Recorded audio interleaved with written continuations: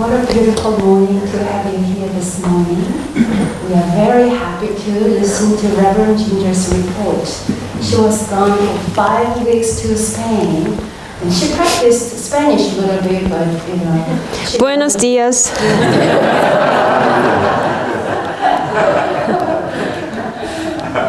She went to Spain for her journey, Camino, the path, trip, journey to get to know her true self, for self-discovery, and also to have some time of solitude. I can tell she really had some time for solitude because when she returned, whenever there's chance, she said, hello, hello, hello. And whenever there's chance, she said, thank you, thank you, thank you.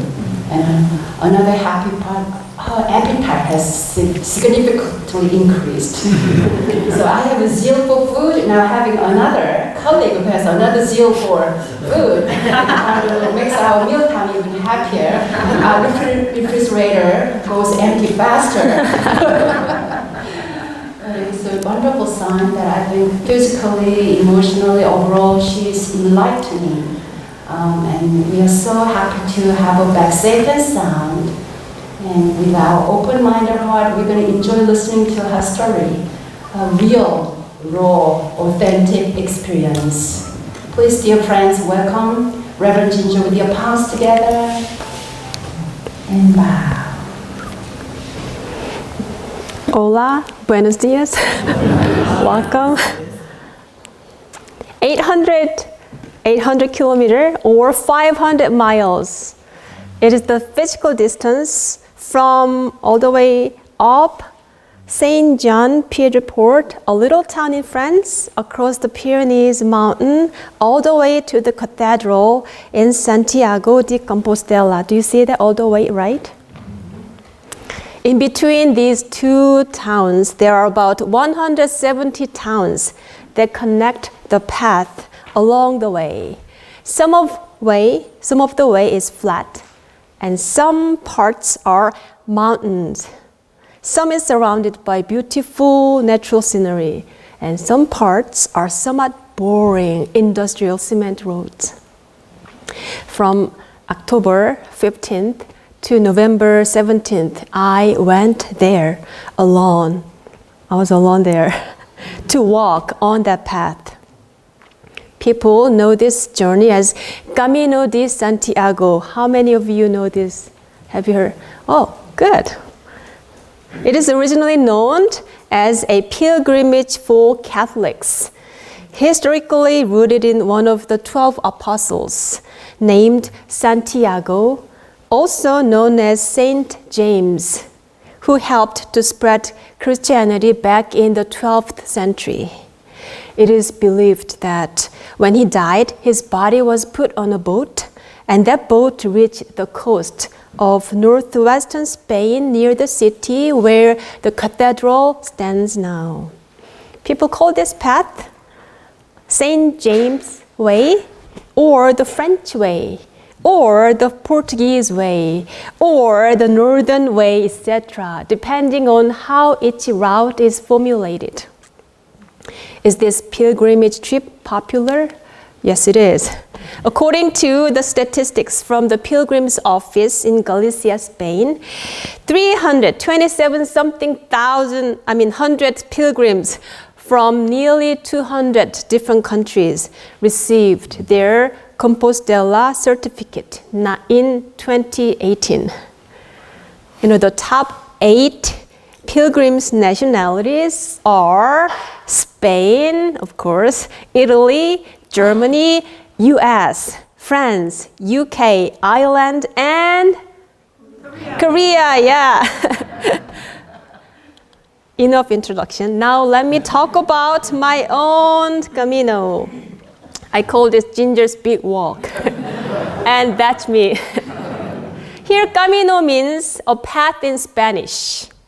The two phrases that I heard the most during the journey were Buen Camino, which means have a nice journey, and Vino Tinto, which means red wine. Motivation. Why do people walk on the path to Santiago? People do their Camino as a religious pilgrimage. Nowadays, however, only a few of them fit into the original purpose. During my time there, I met only a handful of Catholics, 2 groups of mothers and daughters, and 1 German girl and 1 Korean man. Besides them, others had various reasons for their trip. Some did it because it was on their bucket list. For some, their quest for spirituality guided them there. Some did it because they needed to time out from their hectic lifestyle. Some did it out of curiosity. My motivation was shared in a little bit of what others had. But mainly, I had two reasons. I wanted to challenge my physical and mental capacities. I think I am still rebellious, somewhat rebellious when it comes to adventure. From my childhood, my mom has stopped me from joining any forms of adventurous activities. She didn't like the fact that I went to World Scout jamborees twice. Rebellious as I am, I wanted to try the Camino. Besides that, I was also curious about what people have to say about spirituality built into that path. I always hunger for enlightening my spirit in any way possible. Daily routine. I walked about 16 to 20 miles a day. Yes, but close to 16. What was my daily routine like? I woke up in the morning, packed myself, and hit the road around 7 a.m., following the yellow arrow that pointed to Camino de Santiago. Sometimes I had breakfast where I stayed, but many times I ate it on the road while walking. If a cafeteria was found as I passed little towns on the road, I stopped there for snack or lunch. Once I arrived at the destination town of the day, I looked for a place to stay, checked in, unpacked, did my laundry, explored the town, had dinner, and rested. A similar routine continued throughout the journey. So this is me having some, And my favorite veggie along the way was red bell pepper. It was my favorite. Does this sound so far adventurous to you? Yes. Good. It surely did it to me before my actual trip. I was really fascinated by the fact that and the possibility that I could share in the part of that experience. The mission of the day. Each day, I had 2 missions to complete. My morning mission was figure out restroom business. Simply put, finding a spot to pee. The day I was able to find any kind of cafeteria on my way was my lucky day. Otherwise, I had to find a secret spot somewhere outdoor for that business. Sometimes I needed to calculate my walking distance between the group of people in front of me and those behind me. I'm telling you, it was a quite seriously important mission of a day. Because you men don't understand, maybe. And it was not always easy because I have my backpack and everything. Another mission I had was to feed myself, especially dinner. It was not easy either. Finding a proper cafeteria or restaurant was sometimes really difficult.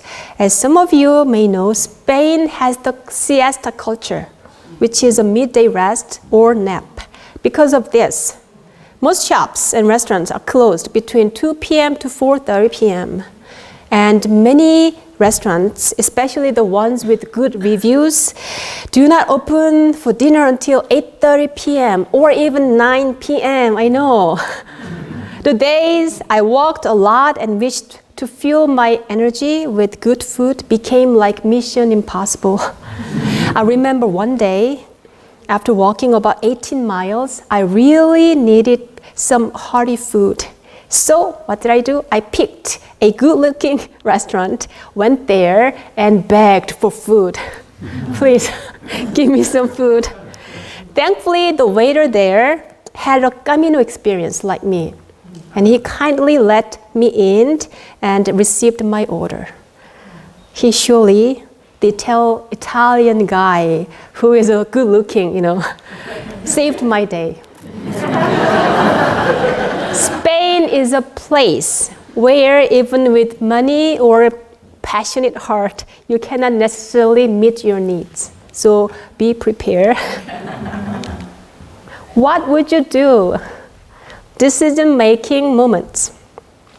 I encountered many moments that I needed to make a decision. Sometimes it was big, other times it was trivial, yet culturally challenging. Now look at this toilet. Is it different from your own toilet? Yeah, do you see the difference? It has no toilet seat, right? So if you encounter this kind of toilet, what would you do? Would you sit on it as it is? Or would you keep your bottom lifted up while doing that business? Or doing something else? So what did I do? What did I do? I'll let you imagine. Thank you for that. Here are two big moments. I had to make a decision. The first one came on my 4th day of my Camino. It was related to my backpack weight. After walking for 3 days, hiking across several mountains ranges, including the Pyrenees, I realized that how wrong I was with my Camino preparation. My backpack was just too heavy to handle with all the items in it.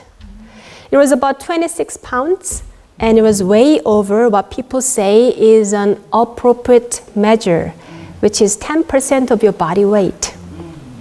When I mentioned my backpack weight, one Irish guy told me that soon you will need to decide what is necessary and what is not. And he was terribly right. Definitely, I needed to reduce items from my backpack.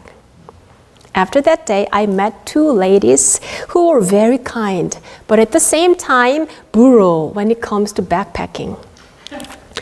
One evening, with their guidance, I put out all my items and I began getting rid of the just-in-case items, such as a portable mat, sunglasses, a magazine, a pillowcase, my name card, etc.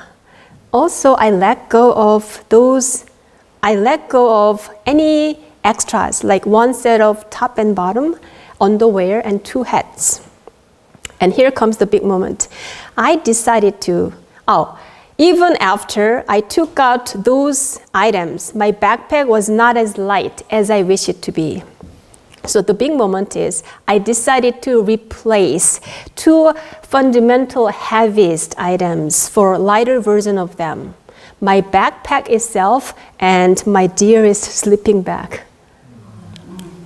So my backpack initially 25 pounds with water and snack, everything, became eventually 16 pounds, which means you don't have any extras. Which means that's my real leg. And when you have to do your outdoor, the pants laundry, you don't have much to wear. So I was like halfway naked. Oh well, during this letting go process, I couldn't help but laugh at myself because I remembered how satisfied I was with my backpack and sleeping bag when I bought them earlier in my Camino preparation. Sometimes over-consideration and too much preparation can go very wrong. Poor leg. After passing my first week there, I made another big decision. On my second day at the albergue Spanish folk hostel, I met Erika, this German lady who was about my age. From first sight, I kind of liked her. I I could easily find something in common between us. She was a person who preferred not to be chatty while walking and who also valued spirituality. She was fun to be with. On top of that, she was a Camino expert. So I found her reliable to ask any practical questions about the overall Camino experience. However, after spending some time with her, I sensed that I tended to lean on her comments more than necessary. Not only with her, I also developed strong, close feelings with the group of people with whom I was walking from the very beginning, this group of people. Some French, some Italians, some Germans. I just wanted to hang out with them along the way. Isn't that funny? I got to know them only for a week or so, and I still built a strong attachment.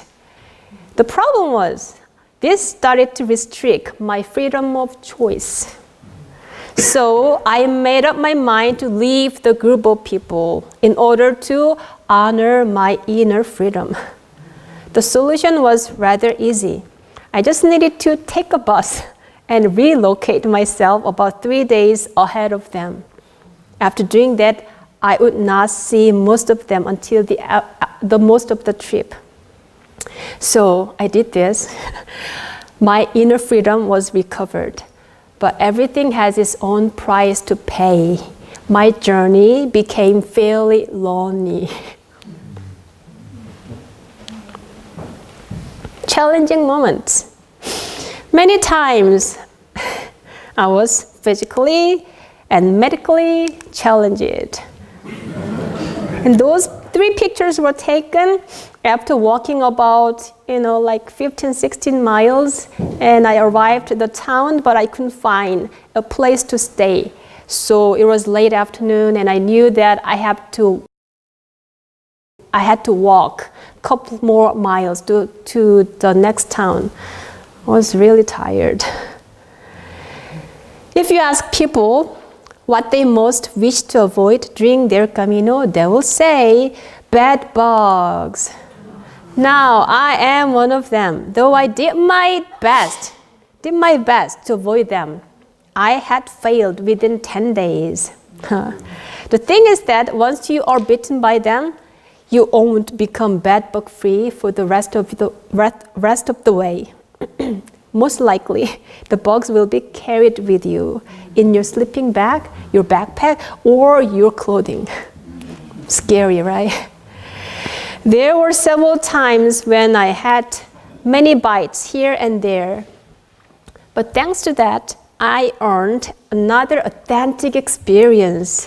What bedbug bites actually feel like. Whereas most people simply have to imagine it. Those people seemed to be very knowledgeable about what it is. So they are very talkative about the bedbugs. But they don't know what it is actually. But I knew it. Well, people often ask me about what the weather was like there. In timing my trip, there were trade-offs. Go in the summer, heat and crowds. October, you risk rain. And November in the mountains is not going to work. The weather was very icky. Look at these cute ponies. Well, many days the wind was crazy. Can you see that, actually? Not really, right? The rain was harsh, and even I encountered heavy snow in the mountain areas. I know one German guy who hiked the Pyrenees on the same day I did, and he lost his glasses, blown away by that crazy wind. Now let's listen to the wind sound. But the ponies look very calm and still, right? And this was me.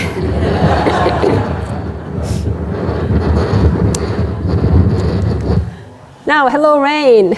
Walking in rain for about 2 hours makes all your proud rain gear nothing but a pitiful layer. You'll be just soaking wet after walking about 2 hours, no matter how expensive your rain gear is. And here's the rain sound.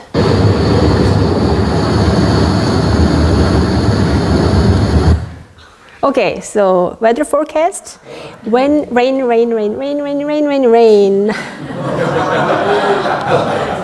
Now snow. When you meet snow in the mountains and you know you have to walk for a couple of hours, you will need to have a firm mindset because almost anything could go wrong.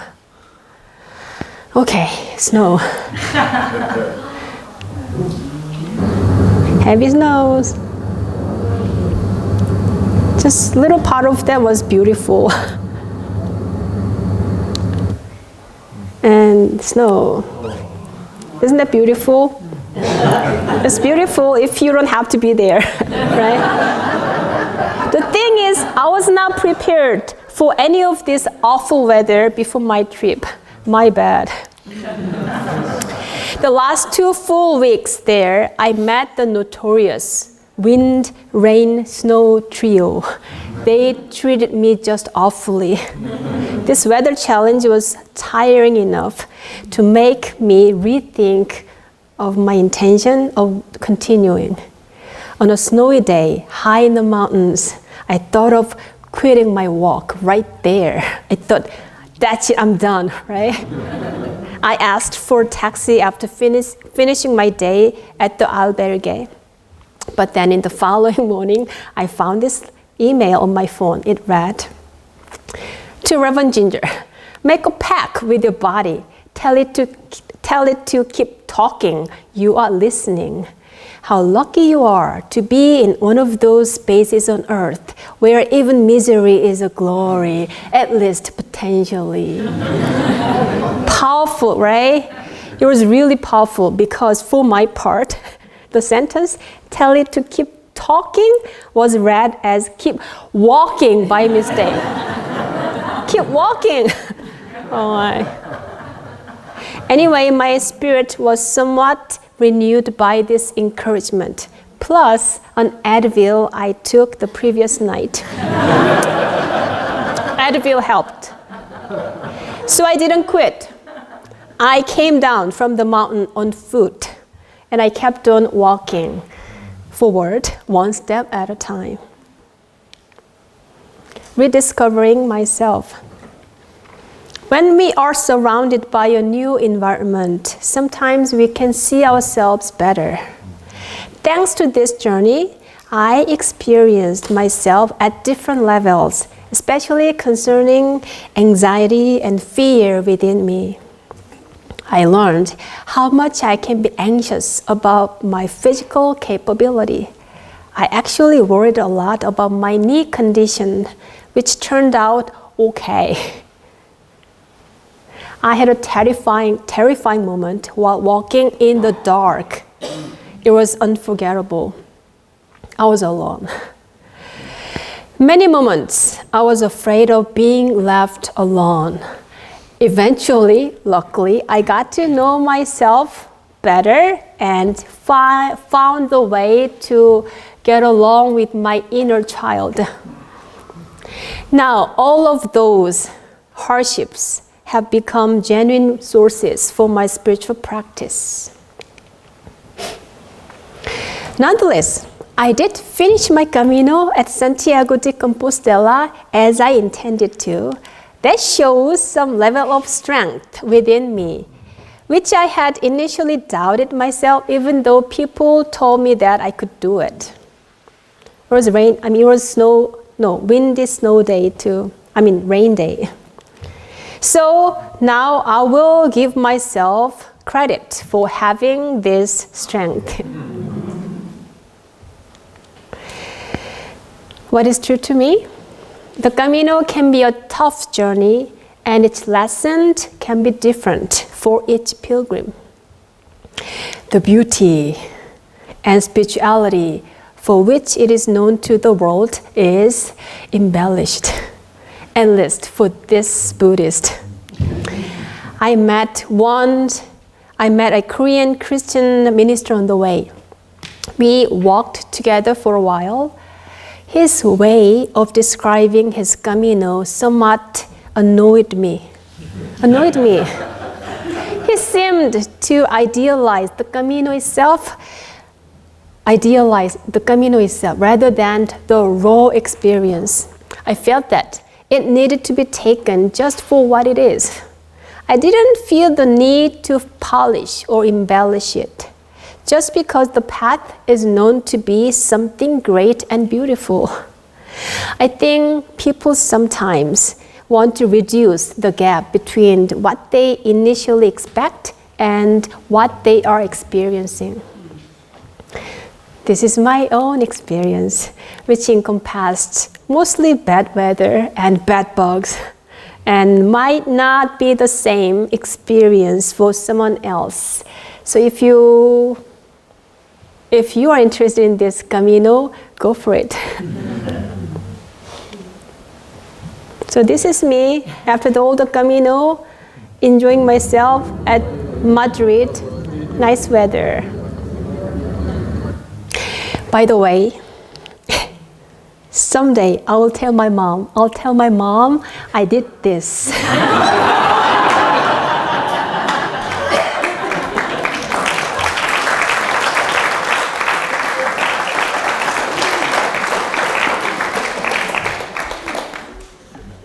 Did you like my story?